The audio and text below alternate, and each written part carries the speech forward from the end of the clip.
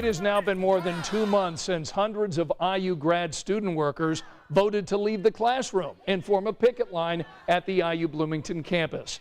IU says it's made some changes to improve conditions, like increasing minimum pay, but the university is standing firm tonight, saying it won't consider a union. So now faculty are getting involved. Rachel Krause has been on this story since the beginning. So what's the latest, Rachel? Well, summer break is here, but IU faculty over at IU Bloomington's campus are staying close to their computers this week after an all-faculty vote was called to weigh in on the ongoing grad student worker strike.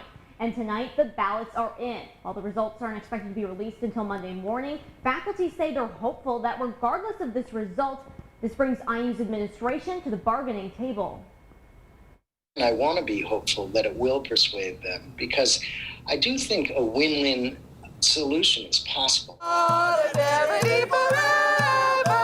After weeks of grad students striking, now it's the IU Bloomington faculty's turn to weigh in. All week, ballots have been out online for faculty to vote on 2 resolutions. The first giving them more control of graduate student reappointments, and the other pushing the administration to bargain with grad student workers. A decision to allow unionization is a decision not only in the best interests of the grad students, but a decision in the best interests of the institution. Ben Robinson expects the vote to come overwhelmingly from faculty in support of grad student workers. He hopes it pushes IU's administration to listen. If they don't, there will be enormous dissatisfaction, and it will set up a very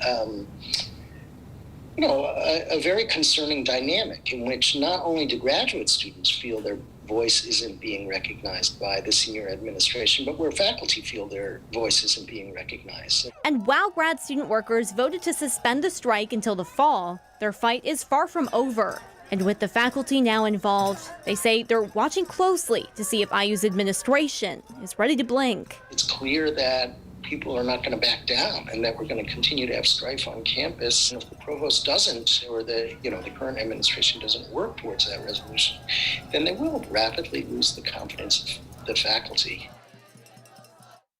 The administration sent out emails to faculty saying that a union would erode the faculty's trust between grad students, the faculty, and the school, and saying that it would be govern or be governed. So part of the administration's argument all along here was that a union would be detrimental to the university, right? Yeah, and faculty leaders are saying that the school hasn't offered up any evidence of that, but the faculty are pointing to a study of PhD students from back in 2013 that found that unions did not have a negative impact on student outcomes. In some cases, it actually has a positive effect. Currently, 6 schools in the Big Ten already have unions representing grad student workers. The other 8, including Purdue, don't.